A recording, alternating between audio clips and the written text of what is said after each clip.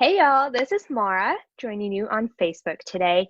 And with me, I have Julie Heimovich all the way in Arizona. Hey Julie, how you doing? Great, how are you?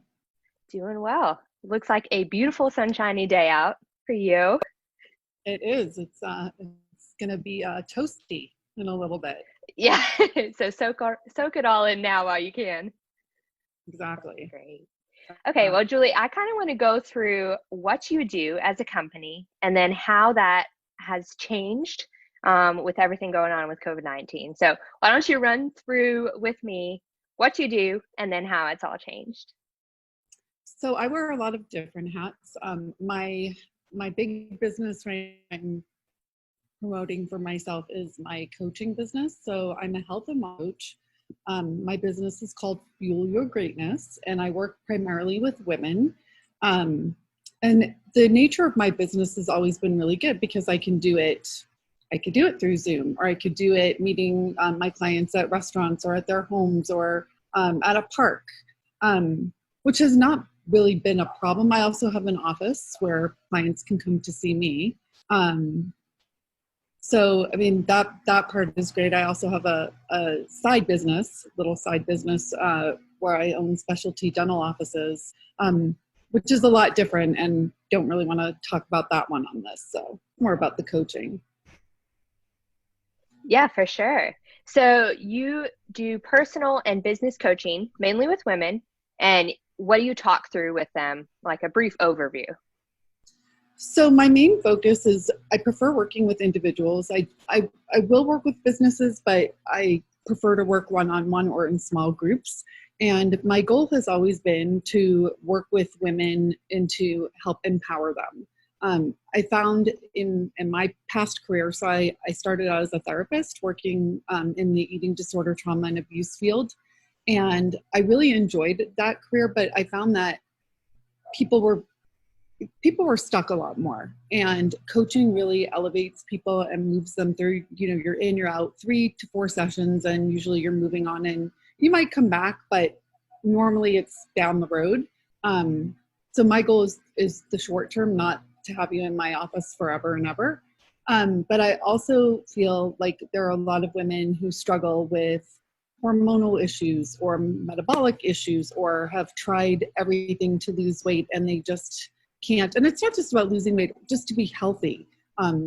People have had high cholesterol, or they've had other issues, and they've tried the fad diets, they've done the gym, and they just cannot quite move. They're feeling stuck. So I'm also a certified personal trainer and a certified nutritionist on top of everything else. So where I'm unique is I can coach through and figure out what stressors that they might have or what issues they may or may not have. I mean, sometimes it's not about having personal issues. It's just totally a health issue, but I can ask some, questions, try to figure out the problem, put a plan together and see if I can help, if I can elevate things, and just really let them know that they're not alone and they're supported, and that they have not all hope is lost. Let's put it that way.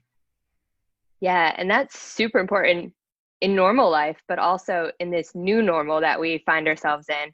Um, so, what are some ways or ideas that you can suggest to those women out there who are watching, who are working from home and have kids around them? I know you are working from home and you have kids with you too. What are some things that they can do to help keep fueling themselves?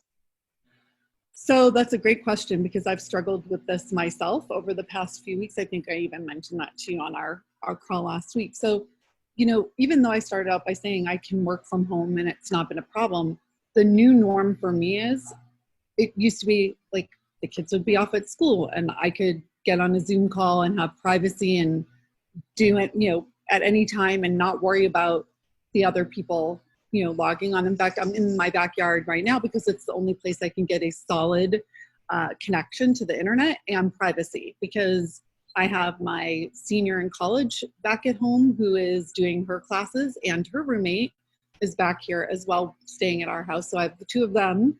Then I have my high school senior logging on. I have my high school junior logging on, and my 12-year-old is logging on.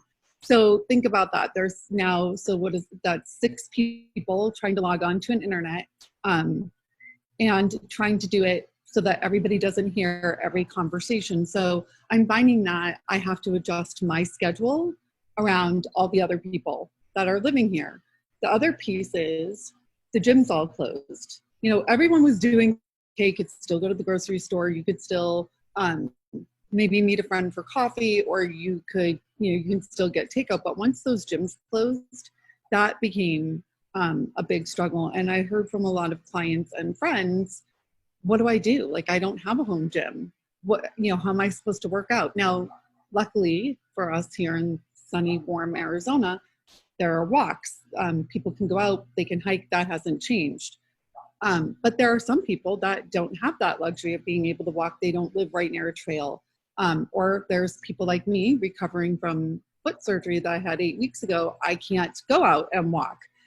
So I put together a workout for a lot of different people for simple things you can do at home with no equipment. You don't even need a prop. You can do it with or without. If you have, you know, obviously there are things, if you have a tennis ball, you have other things, I can work a plan around that. But just some simple body weight exercises for maybe 30 to 45 minutes a day can certainly help. And the feedback that I've gotten has been very positive. And a lot of women have used it in tandem with walking so that they still get their cardio, but then they have their strength training. I even put 5 freebies up on my website. Don't want to give all my secrets away. But on my website, I've started a quarantine freebie, and I put the 5 best at home body weight simple workouts up on that. Perfect. Yeah. Okay. So you covered a whole lot right there. That's excellent. And if you're wondering about her freebies, we're going to put the link to her website in the comments below so that you can go check it out yourselves. That's going to be updated weekly, monthly. I'm hoping to do it weekly. Hopefully the quarantine isn't going to be going on for, you know, ever. Yeah. I'll have to shift gears at that point, but you know, it's looking like I'll probably have at least 4 more opportunities to put some freebies up. So I think this coming Friday, I'm going to try to do it every Friday. It will probably be the 5 best superfoods, or the 5 best foods you can have if you're feeling stressed. I think everybody's feeling stressed. I think everyone's feeling some anxiety, and these will be some things that can help to combat that and help you feel a little bit better. That's incredible. Thank you for that. That's great. Yeah, so make sure you check out her website. Every Friday, you'll see updates on things that can help you through everything that's going on. So one of the key things that you said was changing your schedule around. And I know that change is difficult to begin with.